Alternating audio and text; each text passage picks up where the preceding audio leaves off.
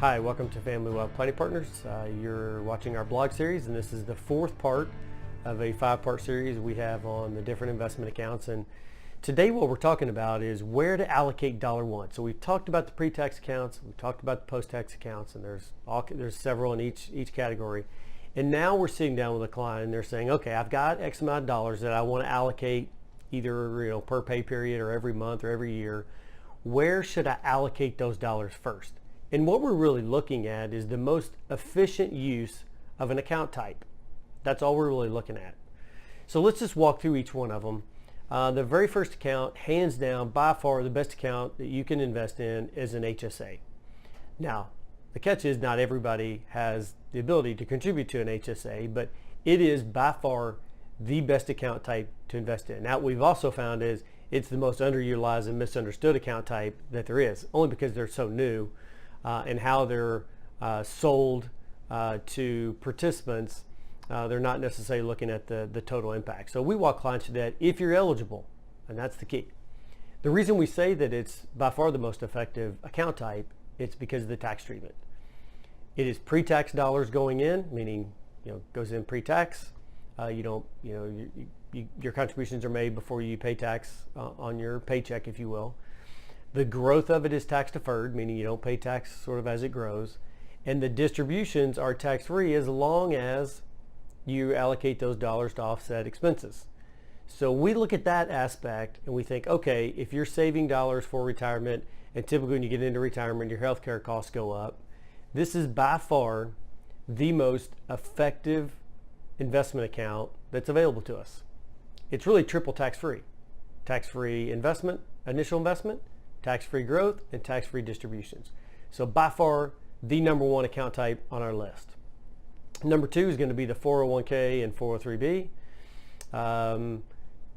They're pre-tax dollars going in, which is great, and they're tax-deferred growth as it grows, and then the distributions are taxable. Now, it's only taxable to the extent that your income is taxable in the year you take the distribution.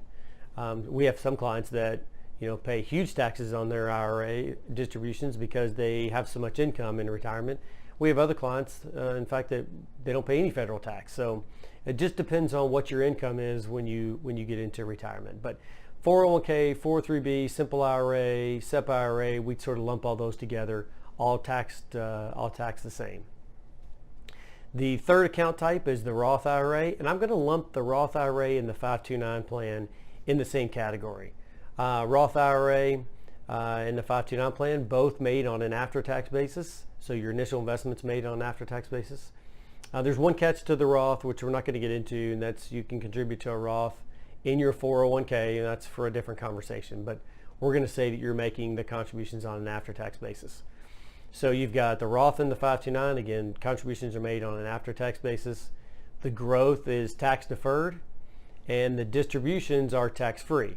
Now, the Roth IRA, you can take that money out for whatever purpose, and it's tax-free. The College 529 plan, you have to offset college expenses to have that withdrawal tax-free. Now, what we do is when we're talking to clients, we're showing them the effective use of how to actually use a 529 plan. And so we run through the expenses and show, okay, if you're allocating dollars and you have excess dollars, you might want to, beef up your contributions to your 529, and here's the impact, and here's why, and they understand. The disadvantage of the Roth IRA is that you have contribution limits. So you can only put in up to $6,000 a year if you're younger than the age of 50. If you're over 50, you can put in up to $7,000. But you also have income limitations. So for example, in 2019, if you're an individual and you make more than $122,000, you begin to phase out being able to contribute to a Roth.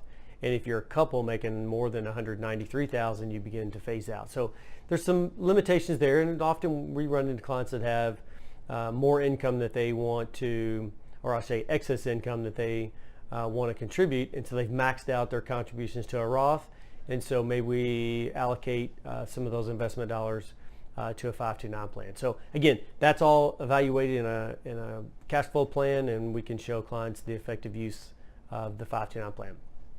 The last account type, which is sort of the bottom of our rung, if you will, is just a traditional brokerage account. what we call a non-qualified account. And the reason we sort of list that last is because the tax treatment. It's after-tax dollars going in, and then along the way, as the dollars are invested, you pay interest, dividends, you pay taxes on that, capital gains. You sort of pay taxes along the way, and then when it comes to the distribution phase, typically we just accumulate cash in the account, and the client, hey, I need $1,000. We just distribute that out of cash, and the client doesn't pay anything. However, from time to time, a client calls up and says, hey, I need $15,000, I'm gonna put a new roof on. Then we may have to sell a security in order to create that cash for the distribution. In that case, they may pay some long-term capital gains, but for the most part, we have accumulated enough cash that we just take cash out. Now, the benefit behind looking at these different aspects is not only or the different aspects of each of the account is not only the impact to you today investing, but it's looking at the impact to you 10, 15, 20 years down the road. That's how we evaluate these account types, and where we say allocate $1 through your last dollar. And again, it's very important to understand that we're allocating dollars both on a pre-tax basis and a post-tax basis based on the most effective use of the account type. That's how we do our analysis. So that's how we rank them. Again, everybody's a little bit different, so maybe in your particular situation, it may be that we allocate dollars to a different account type first. But that's sort of, if we look at hierarchy of accounts, where we allocate $1 would be an HSA, and then down the list, all the way down to a non-qualified account. But again, you're going to hear me say this over and over. At the end of the day, when you're allocating dollars, you need to allocate some dollars to a pre-tax basis, some dollars to an after-tax basis. If you want to catch any of the other two to understand what we're talking about, the different account types from a pre-tax, post-tax basis, those are going to be segment 2 and segment 3 respectively. Up next, we're going to walk through each of the accounts we've already talked about, not necessarily on a pre-tax, post-tax basis, but the overall taxation of the accounts. And the reason we talk about taxation so much is because it's incredibly important to understand that it affects you today as you're allocating those dollars, and also when you get into retirement. It's important to understand the taxation of the distribution. So you have to consider all that when you're allocating dollars. And so it's just important you understand that. Thanks for watching. We'll catch you next week for our last segment in this series. Thanks for watching.